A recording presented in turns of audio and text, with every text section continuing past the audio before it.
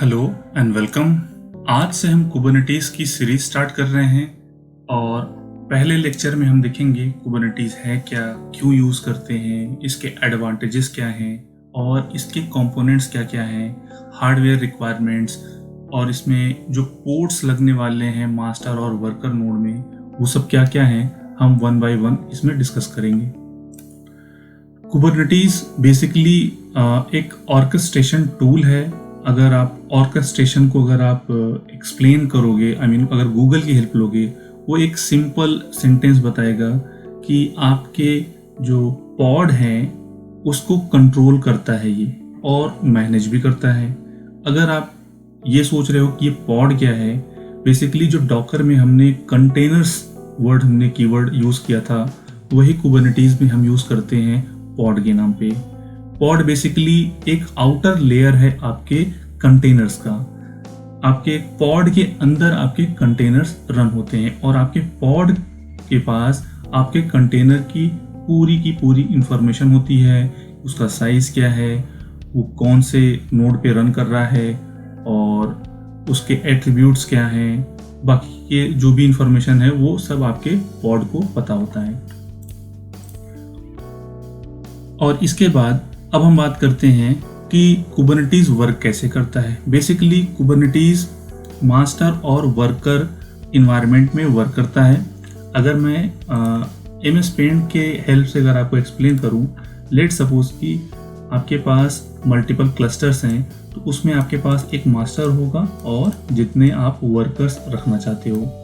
तो इस तरीके के इन्वायरमेंट को हम मास्टर और वर्कर कॉन्फ़िगरेशन बोलते हैं। ये हमारा मास्टर हो गया, मास्टर, और ये हमारा हो गया वर्कर,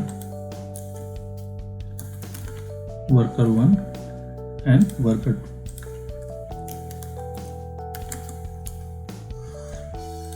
और जब भी हम इस पे कुछ जब इंस्टॉलेशन करते हैं, जब मैं कॉन्फ़िगरेशन करता हूँ पूरे क्लस्टर की, तो हम कुछ टूल जो है तीनों सर्वर पे सेम इंस्टॉल करते हैं। जैसे पहला टूल हो गया हमारा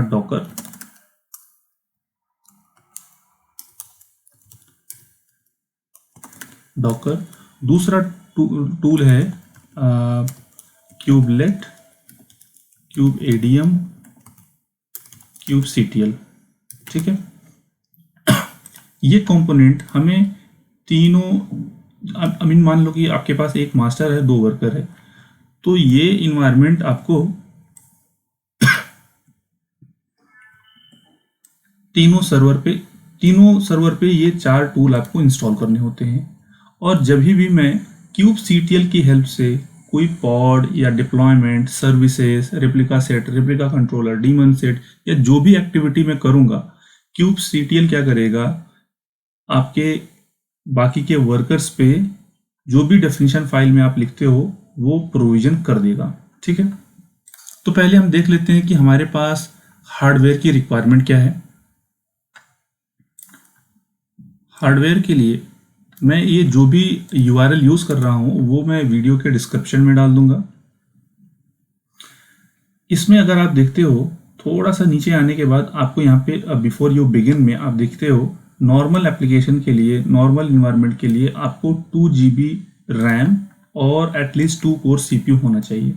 तो मैं लैब के लिए अपने जो इन्वायरमेंट में सेटअप करूँगा उबंटू पे, उसमें 4 GB और 8 GB रैम यूज़ करने वाला हूँ और CPU तो 2 कोर रहेगा ही। अगर आप 1 कोर यूज़ करोगे तो कुछ आपको वार्निंग्स देगा, एरर्स देगा, तो उसको कैसे रिजॉल्व करते हैं वो भी हम उस टाइम पे देखेंगे।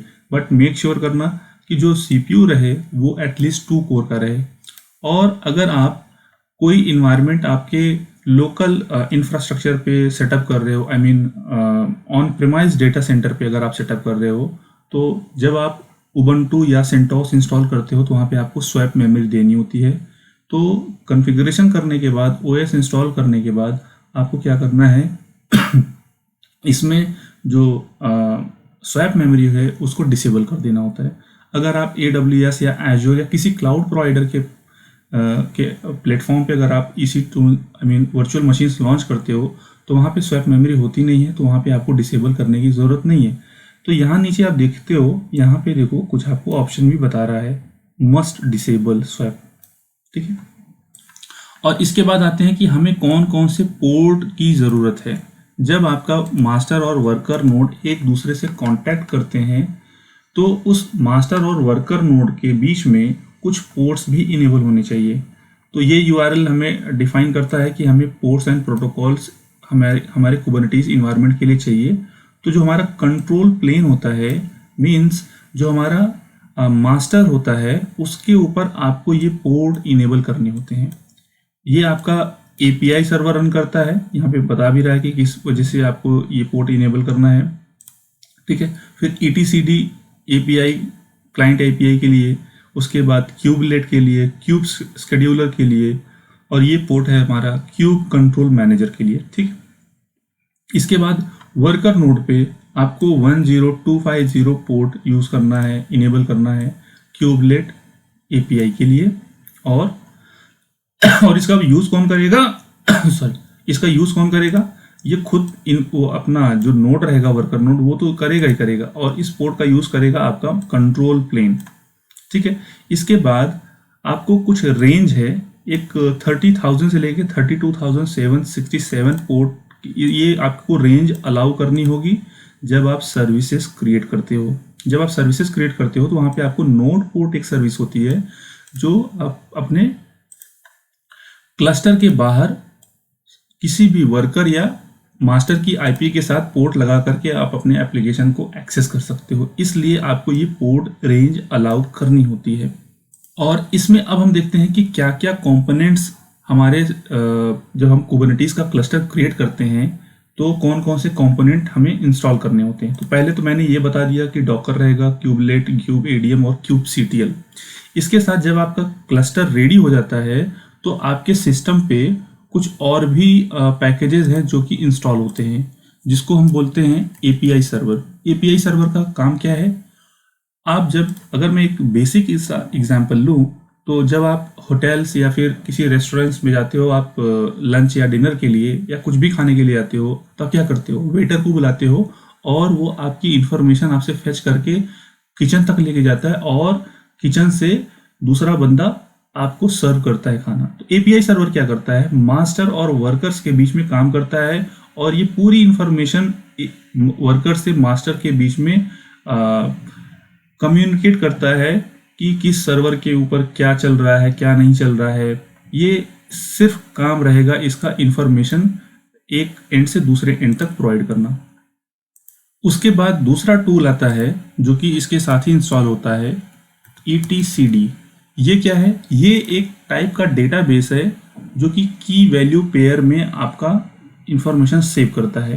तो ये डेटाबेस का मतलब क्या हुआ कि इसके पास, ये क्या करेगा, अपने पास पूरे क्लस्टर की इंफॉर्मेशन रखेगा कि कौन से क्लस्टर पे कितना स्पेस है, कितना रैम है, कितना CPU है, और कौन से पॉड कहाँ कहाँ पे रन हो रहे हैं, कौन कौन सी सर्विसेज कौन से वर्कर नोड पे रन हो रही है। ये सारी इंफॉर्मेशन की वैल्यू पेयर में अपने पास रखता है ETCD डेटाबेस में। इसके बाद नेक्स्ट टूल आता है स्केड्यूलर। ये क्या करता है? जब भी हम kubectl कमांड का यूज़ करते हैं, ये यूटिलिटी है, इसी कमांड की हेल्प से हम सारी एक्टिविटी परफॉर्म करते हैं। जब हम kubectl की हेल्प से कोई नया पॉड क्रिएट करते हैं तो ये स्केड्यूलर की ही रिस्पॉन्सिबिलिटी होती है कि वो उसको किस नोड पे, उसकी साइज और उसकी कैपेसिटी के अकॉर्डिंग उस पर्टिकुलर नोड पे ले जा करके वो क्रिएट करेगा। और ये बहुत ही हेल्पफुल होता है। अगर ये स्केड्यूलर ना रहे तो आपका पॉड पर्टिकुलर वर्कर्स पे जाके क्रिएट हो, ये इसकी रिस्पॉन्सिबिलिटी है स्केड्यूलर की। इसके बाद एक अगला कंपोनेंट है जिसको हम बोलते हैं कंट्रोलर। ठीक है, कंट्रोलर क्या करता है? ये पूरे इन्वायरमेंट को कंट्रोल करता है कि आपने जो डिजायर्ड कैपेसिटी है और आपकी जो उसको करंट कैपेसिटी है, करंट स्टेट और डिजायर्ड स्टेट को मेंटेन करता है। जब भी हम कुछ रिसोर्सेस क्रिएट करते हैं तो उसमें ये वर्क करता है। और इसके बाद नेक्स्ट कंपोनेंट है प्रॉक्सी। प्रॉक्सी क्या करता है? ये बेसिकली नेटवर्क को मैनेज करता है। और इसको हम प्रॉक्सी के अलावा क्यू प्रॉक्सी के नाम से भी जानते हैं। ये बेसिकली हमारे जो नोड्स होते हैं, basically Q proxy is a network proxy that runs on each node in your cluster. और उन पूरे क्लस्टर के बीच में क्या नेटवर्किंग हो रही है, जो भी आईपी एड्रेसेस मिल रहे हैं, वो इसके थ्रू ही सब कुछ मैनेज होता है। और इसका नेक्स्ट कंपोनेंट है कंटेनर रन टाइम, जो कि मैंने डॉकर में बताया कि आपके जो कंटेनर्स हैं, जो डॉकर इमेजेस हैं, वो जब मैनेज होते हैं वो कंटेनर रन टाइम के थ्रू ही होते हैं। मैं डॉकर यूज़ करता हूँ, आप दूसरा भी कोई टूल यूज़ कर सकते हो, जैसे रॉकेट है या इसके और भी कॉम्पिटिटर मार्केट में हैं, आप डॉकर की जगह उसको भी यूज़ कर सकते हो। और अब हम चलते हैं अपने क्लस्टर को थोड़ा सा मॉडिफाई करते हैं कि ये तो सारे कंपोनेंट्स के बारे में हमने अभी तक डिस्कशन किया है। अगर जब मैं क्लस्टर क्रिएट करूंगा और कुछ रिसोर्सेज क्रिएट करूंगा तो ये वर्क कैसे करेगा, ठीक है। तो अभी के लिए मैं इसको कर देता हूँ रिमूव, ठीक है। मान लीजिए हमारा क्लस्टर है, इसमें हमारे पास एक मास्टर है और मल्टीपल वर्कर्स हमने ऐड कर दिए। जब मैं कोई रिसोर्स यहाँ से क्रिएट करूँगा तो ये क्या करेगा, क्यूब सीटीएल कमांड से जब मैं कोई रिसोर्स क्रिएट करूँगा तो रैंडमली वो क्या करेगा कि उसमें अगर हमने रेप्लिका बनाई है तो वो क्या करेगा कि अगर मैंने 2 की रेप्लिका बनाई है, एक पॉड यहाँ पे रन करेगा, एक पॉड आपका यहाँ पे रन करेगा, ठीक है। अगर मान लो कि आपने पॉड क्रिएट किया तो सिंपली आप पॉड बता दोगे कि हमें एक पॉड क्रिएट करना है और उसमें रेप्लिका बताने की ज़रूरत नहीं होती है, बिकॉज कि जब आप पॉड क्रिएट करते हो तो स्टैंड अलोन पॉड क्रिएट होता है। तो कभी यहाँ पे क्रिएट हो जाएगा और कभी यहाँ पे आपका क्रिएट हो जाएगा। इसके बाद जब आप पॉड कंट्रोलर को क्रिएट करोगे, लेट सपोज रेप्लिका, उसको बोलते हैं रेप्लिका कंट्रोलर या फिर रेप्लिका सेट, या फिर आप डिप्लॉयमेंट की अगर मैं बात करूं तो उसमें क्या होता है, जब मैं डिप्लॉयमेंट क्रिएट करूंगा उसके साथ ही साथ हमारा रेप्लिका सेट भी क्रिएट होता है साथ में। और इसके बाद यहाँ पे मैं नाम भी लिखते चलता हूँ कि जब मैं डिप्लॉयमेंट क्रिएट करता हूँ तो उसके साथ ही हमारे पास रेप्लिका सेट भी साथ में क्रिएट होता है।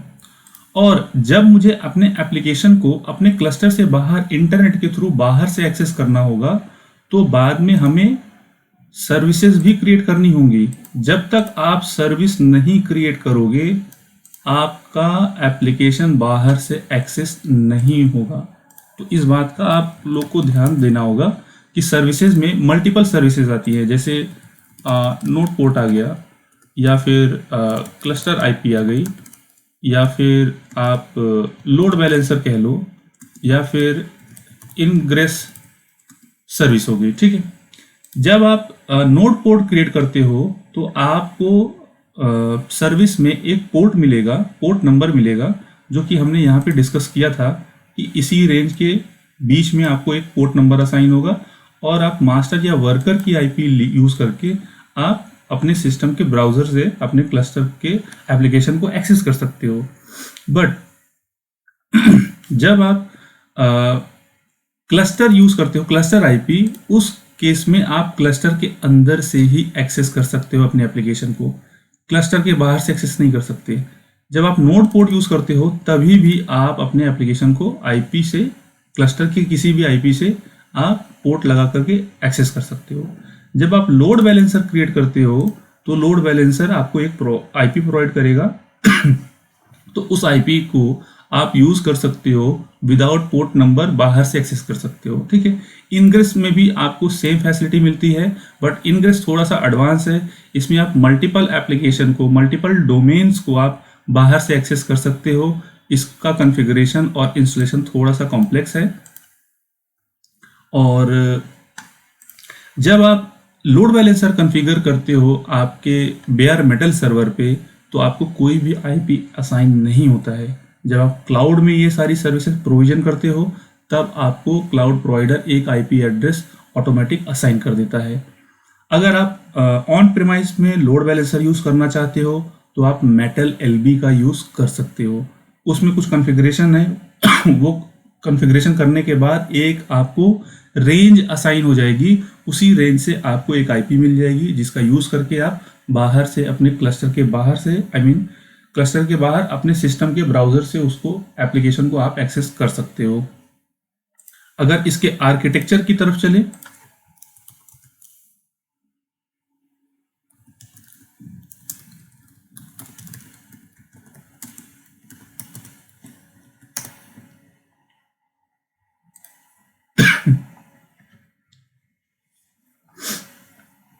तो यहाँ पे मैं अगर कोई भी एग्जाम्पल अगर लेता हूँ, लेट्स सपोज ये एग्जाम्पल लेता हूँ, तो यहाँ पे देखो ये आपका क्लस्टर है और इसमें अच्छा ये मास्टर बना हुआ है और इसके नोड्स हैं।